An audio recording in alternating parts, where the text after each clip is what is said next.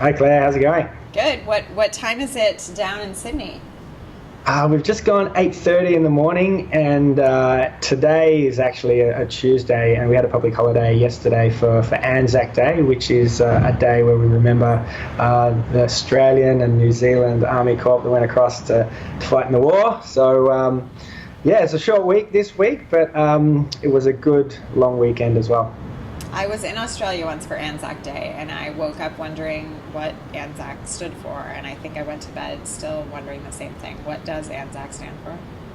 Yeah, Australia and New Zealand Army Corps. So it's the two armies went together to war together. It was like our first coming out as a new nation, as a new country. So it's quite a big day here where we celebrate 101st anniversary actually this year, which is really cool. Wow, that's a long time. A lot of years.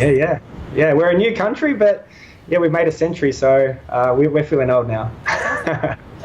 So I just want to read your bio out for folks who don't already follow your work. You can stare off awkwardly, or people always love sort of hearing their bios read as they stare at the camera, right? Liam Austin's passion for entrepreneurship began while he was at Macquarie University. Is that how you say it? Macquarie, yep. Macquarie University, when he was tasked with growing strategic partnerships for one of the top tech startups in Sydney called Soulmates Technology.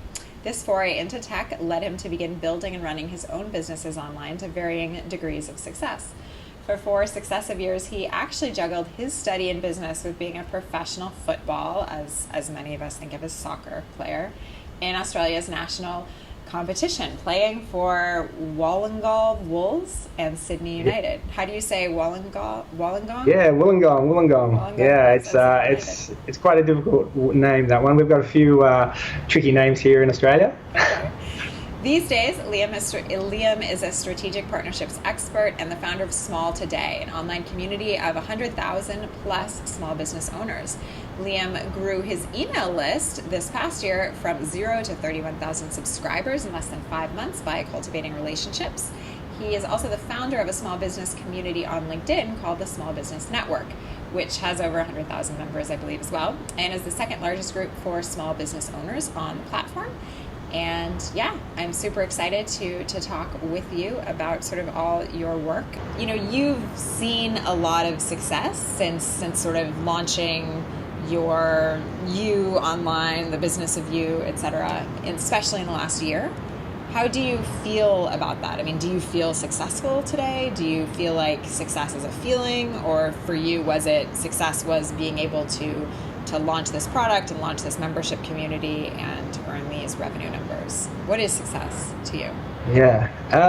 Do I feel successful? I think I feel successful, but I know that there's so much more success out there for me, if that makes sense. So I've still got a lot of drive and determination and a lot of goals that I want to reach that I haven't reached yet, but I'm happy. So maybe success is happiness. Maybe that's really corny. I don't know, but I feel happy in where I'm at and where the business is going and what lies ahead. I'm excited about that. So for me, success is ultimately, right, being able to do what you want to do, be able to, chase your dreams, go live where you want to live, work with the people you want to work with, and be excited about coming to work every day, or going to work, or waking up and checking your emails or replying to that email. There's so much to life than just work, and at the same time, work takes up a lot of our time. 60 to 70% of our waking hours may be attributed to work. And so if you're not enjoying it, if you're not having fun, if you're not happy, then think about whether you're doing the right thing and whether there's something else better out there for you. Do you think, sort of, when you look back at kind of the different stages when you were playing professional soccer, or working in startups, or dabbling in real estate, or now in digital media, did you change things or reinvent yourself because you were bored with previous success, or because you hadn't reached success, or what made you sort of change what you were doing? I think it's in mindset, really. I think it's always just for me, I've always strived to be better to always, there's, okay, I might be at a certain level, but I know I can be better. There's always someone better. There's always someone that I admire, that I look up to, that I want to be like. And so those people have influenced, my life. And, in football, it might be, Pelé or Maradona or Messi, Ronaldo. In business, it might be someone else. And it's about, following, learning from them, following a little bit in their footsteps, copying what's working for them, trying to be, depending on what you want in your life. And if you can find that person that's already where you want to be, see if you can connect with them, see if you can learn from them, see if you can get to where they want to be. But for me, it's really just a mindset. I've always strived to be that little bit better than I currently am, no matter if other external people might think, oh, look, you're really successful, you played professional football. At the same time, if you look at Ronaldo, who plays for Real Madrid in Spain, he's someone that works super, super hard, even though he is, considered one of the top players in the world, even though I prefer Messi. But he works super, super hard, and he's known for just, perfecting every little piece of his work, perfecting it down to the point where it's almost, other teammates who are, some of the best players in the world kind of get frustrated with him because he's doing all that little bit extra more than anyone else already, even though he's the most successful person in one of the most successful footballers in the world. So it's just a mindset, and just however successful you think you are, you can always probably do better. But if you're happy where you are, that's cool too. It's as long as you're enjoying what you're doing and getting up, waking up, and feeling excited. So you said something I want to kind of dig into more. You talked about this idea of, finding people that you admire and learning from them, right? So it seems like there's sort of two different levels of people you can admire from and learn from. There's, if we're talking about football or soccer players, I'm in Argentina, so we'll say Messi, right? So you want to learn from Messi, you're probably not going to learn from Messi. He's probably kind of busy, right? So What do you do? How do you still learn from someone like that? How do you kind of still make them your mentor in some sort of way that's not actually them having a phone call with you once a month? So there's probably a couple of different types of maybe mentors or people that you can look up to. There's those celebrity out of reach type of people like Messi that you can maybe watch on TV, you can read their books, you can go to their seminars, you can go watch them play, whatever it is. You can learn as much from those people that may be a little bit out of reach. But that's not saying that, maybe don't try to reach out to them. Why not go for it anyway? Mm-hmm. But you can there's maybe that level of that A-lister, and then you could maybe go for someone who's already within your network that you already look up to, someone that's in your business already, someone who's doing a complementary business that's a few years ahead of you, that you can learn how your next few years are going to be, and reach out to them, connect with them, take them out for a coffee, have a chat, be open and honest with them about how you feel about them and where you want to go with your business, and see how you can obviously give them benefit as well. It's like, what's in it for me? Don't just go there very selfish. You need to be giving value to that other person if they're willing to give up their time and knowledge for you. So there's different types, and it's okay. I think it's good to have a few different types of mentors around you based on different expertise. Maybe if it's around the finance area, you want to go look at someone who's in the financial field, as opposed to if you want marketing advice, you might necessarily get it from that person who's an accountant or in that finance field. Go after that marketing person who's in your circle that's doing amazingly well or has done some amazing things over the last few years, and just take them out for a coffee, take them out for a drink, see if you can learn from them, and just spending time with people.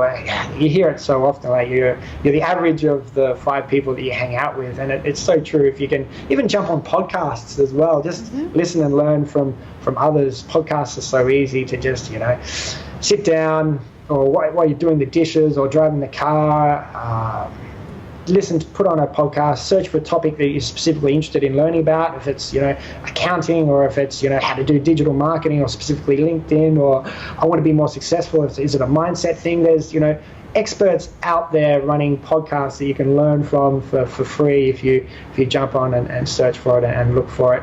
And that's all I think you need to do. Just reach out, identify, first of all, what you want to learn, where you want to be in a few years. Find those people in your network or outside your network that are, maybe make a list of 10 people that match that criteria that you'd love to learn from, and then start reaching out to them.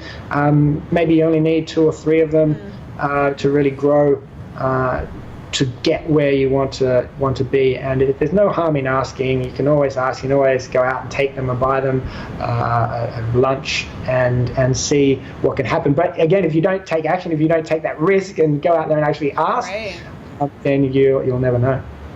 So when you sort of look back, how much do you think of your success do you attribute to knowing how to essentially reach out to people?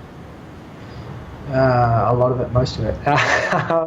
Yeah, how do you create a website? How do you build a website? How do you use WordPress? How do you use, Skype maybe self-explanatory. Maybe you can just get a friend to kind of ask you how to use it. But there's some other complicated things out there that you just, jump onto YouTube, for instance, and learn from others, right? Like everything I think that I've done over the last 15 or odd years, going to university, learning from lecturers, learning from guest speakers that come in, everything's learning from other people's experiences and knowledge. And the more you can put that into your life, and the more quality input you can get, in terms of quality expertise, quality mentors and advisors you can surround yourself with, the better quality output you're going to have as well. So yeah, I think for me personally, it's been a huge, massive increase in not only being able to learn more, but actually grow my business. So yes, talking about before, avoid those mistakes. Like if you can find someone that's where you are right now, who's already been there 5 years ago, and went through all that pain and all those problems and issues that you're having right now, whether it's finding clients or solving a problem with staff. If you can find that person that's already been there and just go, do you know what, I've done that exact same thing just a few years ago, and this is how I dealt with it, and it worked really, really well. And you can just go and go, wow, confidently, I know this is going to work. Bang, implement it without spending too much time worrying and trying to figure out what the right solution is. There's someone that's already probably been through your issue or problem. You're probably not the first person. Find that mentor, find that expertise, and try to bring them into your life. So how do you think you convince people to help you at different stages? Are you just a nice guy? Nice guy. Being nice helps. I think you need to be nice, actually. I think that's one of the vital proponents of it, because if you're not nice, no one's going to be interested in helping you. So be nice, pay it forward, give value, what's in it for them. You're going to reach out to them and buy them a coffee, but they're also taking an hour out of their time to talk with you, and they might know you or what, maybe they're better off spending time with their kid on their family as opposed to going out for a drink after work or with you. What is it, how are you going to help them out? So make sure every time that you are providing value, before you actually even make an ask as well, pay it forward as often as you can. It's that whole thing in marketing, I think, Barry Marshall and the whole 80-20 rule, give value 80% of the time, and then you paid it forward so that you can actually do an ask or sell 20% of the time. So that would be my best advice. Obviously identify the right person, but then make sure you find out what their problem is and how you can maybe help solve their problem or give value into their world. And so when you think about sort of building this community of now 110,000 people on LinkedIn who care about small businesses, did you have any inkling in the beginning that many of these people would probably be really helpful to you someday? Yeah, definitely. There was people joining the group, and I'm just like, wow, this really cool that these people that I'd kind of known out there, or I'd see them joining, I'd see their job titles, because obviously with LinkedIn you'd see their whole profile and they'd be joining the group, and I'll be like, wow, these are really interesting, powerful, successful people that some of them I've heard about.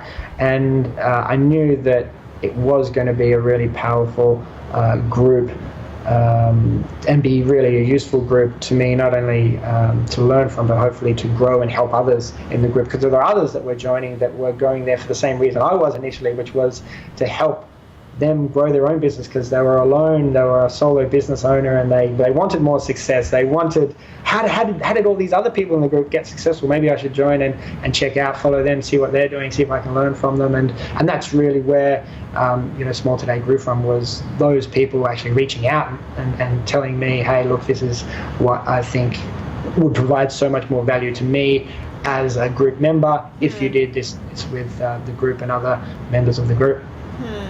So over the years, whether it was with people in the group or with potential mentors or people who you thought could be, helpful to you and serve as guides, what have you sort of learned to do to make sure that you keep those people, keep them close? I mean, because I think it's, a lot of times people hear, the importance of trying to connect with someone who is, at a place in life you want to be. And, if you're lucky to have that lunch or have that coffee, then it's really easy to just sort of never connect again. And what do you do to make sure that doesn't happen? Yeah, that can be tough. There's one thing that's just popped into my head, which is a software. If you use Gmail for your email, called Boomerang. And what it does is when you send an outreach email or any type of email, you can actually put in a reminder. So it's just Boomerang app for Gmail. If you Google search that and download it, add it to Gmail, and whenever you send an email, you can actually schedule it to be sent at a later time, or schedule it to bounce back to the top of your inbox in 6 months or a year to remind you, hey, this person you connected with, you haven't connected with them for 6 months or a year, why not shoot them out another email or connect with them? So that's a really cool tool to kind of just remind you, because it is easy to forget. There's if you are in sales and you're trying to grow your business and you're reaching out to a lot of partners, potential customers and influencers that can possibly help you grow your business, it is sometimes difficult to forget, when was the last time I contacted them, especially if you don't have a good CRM system as well. Sure. So set up those reminders to get back in touch has been something that's been really useful for me. That's really interesting. I've heard of Boomerang, but I've just heard of it for scheduling. But right, that's a really easy way to kind of automate something that is really hard to remember otherwise. I mean, how you can easily, be in touch with someone and then realize a year and a half has gone by since you've been in touch with them since, just because time flies and we're all busy.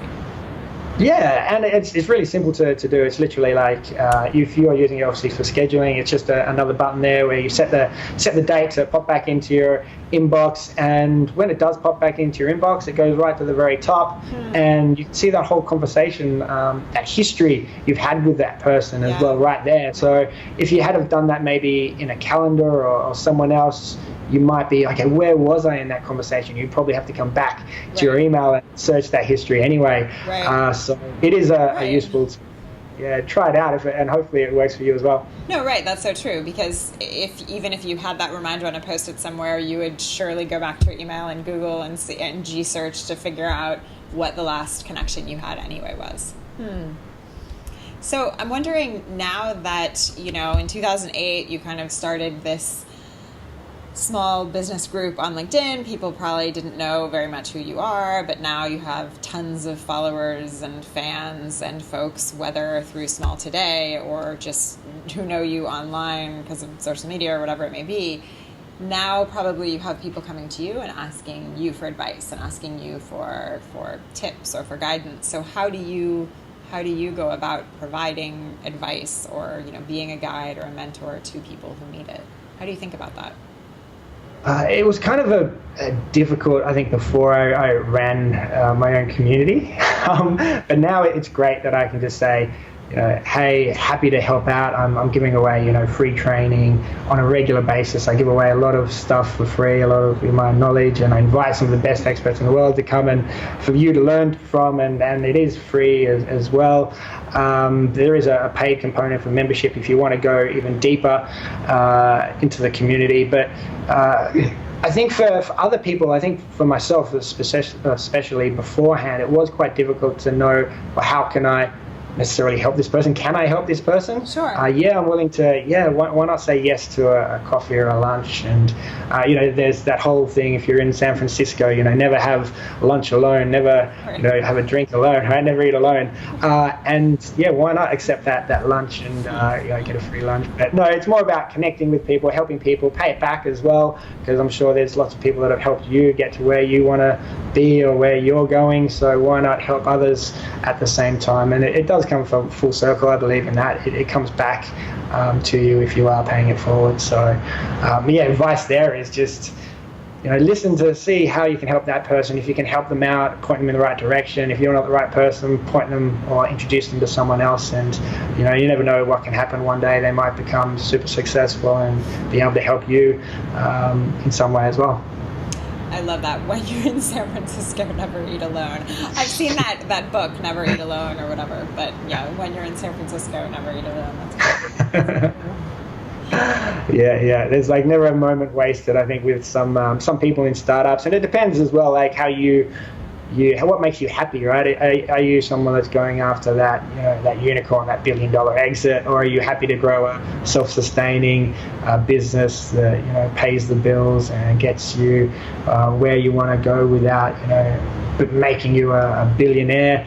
And there's some people that work super, super hard for it, that they never eat alone. They're always chasing it and hustling, and that's not necessarily for everyone. But at the same time, the more that you reach out and hustle and connect with people, the more opportunities are going to come your way. That's for sure. So you just said something interesting that makes me think of the fact that you said some people go after that sort of unicorn, that $1 billion exit, and others are happy to kind of have a small team, and you have particularly done a lot with a lean team, right? So I just want to kind of dig into a little bit this idea that success isn't about having necessarily 30 people on your payroll. It's about having a small team, but being able to do what you want to do well. How have you guys been able to pull off all the stuff you've been doing this year with products and communities and such when there just aren't that many of you? Yeah, we've been working hard. But at the same time, we've had to be smart about it as well. And it can be stressful, but it's only stressful, I think, if you're not organized, or if you're not planned, if you don't have a strategy or a goal of where you want to get. So whenever I get a bit stressed, I kind of step back a little bit and go, okay, where should I be focused on? What should I be doing right now to get us towards our goal? And so right now, for instance, we're processing all of the repetitive type tasks that we're doing, right, to try to free up more time for ourselves. Processing that, we're using Trello at the moment just to create cards and create checklists and document everything that we're doing, each little process, each little task that's just done more than once. We try to put in there, and eventually, we want to try to outsource that or get other people to do that as part of the team, so that we can grow and free up more time for Sarah and myself in our business, so we can focus on growing the business as opposed to necessarily doing the more mundane kind of tasks that need to be done and that's really, really important, but can sometimes get you stuck a little bit. So I love the idea of processing and to be more productive with your time by freeing up time that not necessarily existed before because it was tied up doing these mundane tasks. Right, absolutely. So just kind of in closing, do you think you can kind of give folks a sense of what it is you're really working on right now and what you're super passionate about at this moment in time, and then tell people where they can find you? Yeah, cool. So smalltoday.com is where it's like the central hub of all our events and the training and the free resources and the expertise and the guides that kind of come and provide their knowledge and experience for free, which is really, really cool. And we've got a paid membership there that we've done. I'm really excited about it because it's just constantly moving forward, and there's constantly new stuff being added, new people and new topics that we're covering. So right now, yeah, we're focusing in on Small Today and making that as fantastic and awesome and great as possible. So we've got a few hundred customers in there at the moment that's communicating and helping each other out, learning from the expertise, from the experts and the professionals that have been providing the training into the community. So right now, yeah, we're focused on that, on Small Today, and growing that membership into being a place or a resource for small business owners, entrepreneurs to come and learn, connect with others, learn from others, and hopefully if they've got issues or problems, they can kind of share it. So you can come into the community and share it with the rest of the community. Hopefully have or find someone that has been through that, can solve the problem for you. So if you are sitting at home and you're alone, you don't have to be. There are communities out there. Go join Small Business Network, the group on LinkedIn. Come and see us at Small Today or any of the events that we run. Thank you so much, Liam. I really, really appreciate your time, and I hope you have an awesome morning and rest of your day down there in Sydney. Well, down there, I think we're kind of at the same latitude, aren't we? Yeah, we're about at the same right now, so it's probably about the same temperature, I think, where you are, depending on the hour. Same temperature, same fall season. But yeah, thanks so much for having me on. Thank you so much for inviting me and being part of this, and I think it's really great what you're doing.